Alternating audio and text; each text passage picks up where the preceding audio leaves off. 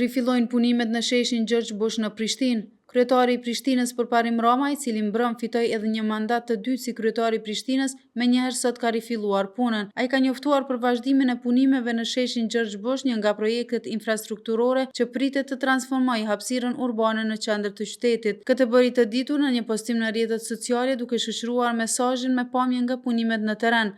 Përshëndetje Prishtina, vazhdoj me punë, ka shkruar Rama. Në mes të gushtit, gjykata themelore në Prishtinë kishte hedhur poshtë kërkesën e komunës së Prishtinës për mas sigurie në mënyrë që të shtyhet ekzekutimi i vendimit të inspektoratit. E më pas, edhe apeli refuzoi ankesën e komunës së Prishtinës duke cilësuar si të pathemelt dhe duke vërtetuar vendimin e dytë të themelores. Pas 12 marsit, punimet ishin ndaluar edhe me 16 prill dhe për të tretën herë me 29 prill. Inspektorati për këtë rast kishte ushtruar kallëzim penal në Policinë e Kosovës. Pas ndaljes së punimeve për herë të parë në mars, komuna kishte bërë kërkesë në Institutin e Kosovës për mbrojtjen e monumenteve për pajisje me leje.